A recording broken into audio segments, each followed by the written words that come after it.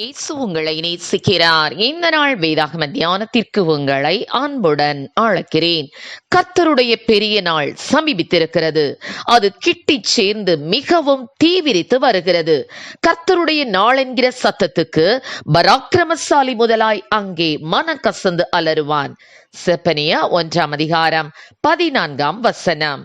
வாலிபர் முகாம் ஒன்று நடந்து கொண்டிருந்தது. அதில் ஏராளமான இளைஞர்கள் கலந்து கொண்டார்கள். அதில் ஒரு போதகர் பரிசுத்தமான வாழ்வை வலியுறுத்தி போதனை செய்து கொண்டிருந்தார். எல்லோரும் இளைஞர்கள் என்பதால் அதில் இருந்த பலருக்கு அந்த பிரசங்கம் வேடிக்கையாக இருந்தது. பிரசங்கத்துக்கு நடுவில் உணவு இடைவேளை வந்தது. எல்லோரும் ஒன்றாக உணவருந்த உட்கார்ந்தார்கள். போதகரும் அவர்களோடு சேர்ந்து கொண்டார். அவர் அனைவருடனும் சகஜமாக பழகக்கூடியவர். சாப்பிட்டுக் கொண்டிருக்கும் போதே ஒரு இளைஞன் கேட்டான், ஐயா, நான் ஒரு கேள்வி கேட்டா தப்பா நினைக்க மாட்டீங்களே என்றான். போதகர் யோசிக்கவில்லை. சும்மா கேளு தம்பி என்றார். பந்தியில் பரிமாறப்பட்டிருந்த உணவுப் பொருட்களில் சில பழத்துண்டுகள் தவறுதலாக கீழே விழுந்திருந்தன. அவற்றின் மேல் ஈக்கள் திரளாக மொய்த்து கொண்டிருந்தன. அவன் கேட்டான், ஐயா, இயற்கை எல்லாவற்றையுமே நன்றாகத்தானே படைத்திருக்கிறது. அதோ அந்த ஈக்களை பாருங்கள். நாம் என்னதான் பிரயாசப்பட்டாலும் அது பழத்துண்டுகளாலும் நசித்து போன உணவுப் பொருட்களாலும் கவரப்படுவதை தடுத்து நிறுத்திவிட முடியுமா? ஏனென்றால் அது இயற்கையின் நியதி. அது போலத்தான் இளமை பருவத்தில் சில காரியங்கள் மேல் ஈர்ப்பு வருவது இயல்பானதுதானே. அதை போய் பாவம் என்று எப்படி சொல்ல முடியும் என்றான். போதகர் இதை கேட்டதும் சிரித்து விட்டார். நல்லா சொன்ன தம்பி, சாப்பிட்டு முடிச்ச பிறகு இத பத்தி பேசுவோம் என்றார். அவரை வார்த்தைகளால் மடக்கிவிட்ட பெருமை இளைஞனின் முகத்தில் மின்னியது. சாப்பாடு முடிந்து எல்லோரும் கும்பல் கும்பலாக பேசிக் கொண்டிருந்தனர்.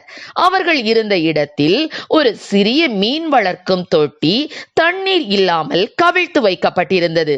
போதகர் அந்த இளைஞனை அழைத்து அந்த தொட்டியை நிமிர்த்தி வைக்க சொன்னார். அவனும் அவர் சொன்னபடியே செய்தான். அவர் கேட்டார், தம்பி, இதற்குள் பழத்துண்டுகளை போட்டால் ஈக்கள் வந்து மொய்க்குமா என்று கேட்டார். கண்டிப்பாக மொய்க்கும் ஐயா என்று சொன்னான். அவர் அதற்குள் சில பழத்துண்டுகளை எடுத்து போட்டார். சற்று நேரத்திலேயே அதிலும் ஈக்கள் வந்துவிட்டன. அட, இதுலயே நீ சொன்ன மாதிரி ஈ வந்துடுச்சே என போதகர் சொன்னதும் இளைஞன் முகத்தில் மீண்டும் பெருமிதம். போதகர் இப்போது பக்கத்தில் இருந்த ஒரு அட்டையை எடுத்து ஜாடியின் வாயை இடைவெளி இல்லாமல் நன்றாக மூடினார். சற்று நேரத்திலேயே பழத்துண்டுகளில் மொய்த்து கொண்டிருந்த ஈக்கள் எல்லாம் அவற்றை விட்டு விட்டு ஜாடியின் உட்சுவர்களில் உட்கார்ந்தபடி பரபரப்பாக இங்கும் அங்கும் நகர்ந்தபடி தப்பிக்கும்படியாக முயற்சி செய்து கொண்டிருந்தன. பழத்துண்டுகளை அவை கண்டுகொள்ளவே இல்லை.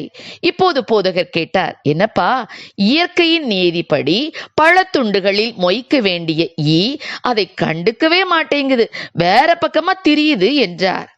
அவர் கேட்ட கேள்விக்கு பதில் சொல்ல தெரியாமல் இளைஞன் விழித்தான். அவரே தொடர்ந்தார், ஈக்கு முன்னால கிடக்கிறது என்னவோ அதை கவர்ந்து இழுக்கக்கூடிய பொருள்தான். இருந்தாலும் தான் ஏதோ ஆபத்துல மாட்டிக்கிட்டோங்கிற உணர்வு அந்த பொருளையே மறக்க வச்சிடுச்சு. அதே போலத்தான் வேதாகமத்தை வாசிக்கும் போது நாம் எவ்வளவு பயங்கரமான சூழல்ல இறுதி காலத்துல வாழ்ந்துகிட்டு இருக்கிறோம் என்கிற எச்சரிக்கை உணர்வு நமக்கு உண்டாகி நாம் உலகத்தோட கவர்ச்சிகளை எல்லாம் விட்டு விலகி ஜீவனை காத்து கொள்ள ஓட ஆரம்பிச்சிடுவோம். இப்ப புரிஞ்சுதா என்றார். தெளிவா புரிஞ்சுது ஐயா. நான் போகும்போது எனக்கும் ஒரு வேதாகமம் கொடுங்க, நானும் அந்த வேதாகமத்தை வாசித்து இறுதி காலத்தை பத்தி தெரிஞ்சுக்கிடணும் என்றான் இளைஞன். ஆம், எனக்கு அருமையானவர்களே, 2 பேதுரு 1:4 சொல்லப்பட்டது போல இச்சையினால் உலகத்தில் உண்டான கேட்டுக்கு தப்பி திவ்ய சுபாவத்துக்கு பங்குள்ளவர்களாகும் பொருட்டு மகா மேன்மையும் அருமையுமான வாக்குத்தத்தங்களும் அவைகளினாலே நமக்கு அருளப்பட்டிருக்கிறது.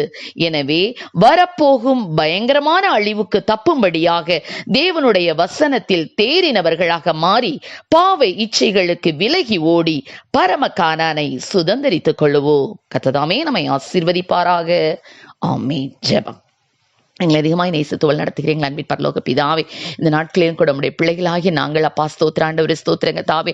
வரப்போகிற அழிவுக்கு தப்பும்படியாக ரட்ச ஆண்டவரே எங்களை பரிசுத்தமாய் காத்துக்கொள்வதற்கு ஆண்டவரே உம்முடைய வசனங்களினாலே கர்த்தாவே எங்களை அப்பா ஸ்தோத்திர நிரப்பி கொண்ட ஆண்டவரே வசனத்திலே தேறினவர்களாக மாறி எல்லாவித விதமான கேட்டுக்கும் தப்பித்துக் கொள்ளக்கூடிய கிருபைகளை ஒவ்வொரு பிள்ளைகளுக்கு கொடுப்பீராக. விசேஷமாக வாலிப பிள்ளைகள் இந்த உலகத்தின் கவர்ச்சிகளிலே சிக்கி ஆண்டவரே அப்பா சாத்தனுடைய மாய வலையிலே வஞ்சக வலையிலே சிக்கி அழிந்து போகாதபடிக்கு அப்பா ஆண்டவரே அவர்கள் வேத வசனத்தை வாசிக்கவும் தியானிக்கவும் தேறினவர்களாக மாறவும் கூடிய கிருபைகளை ஒவ்வொரு பிள்ளைகளுக்கும் என் தேவனீர் கொடுப்பீராக.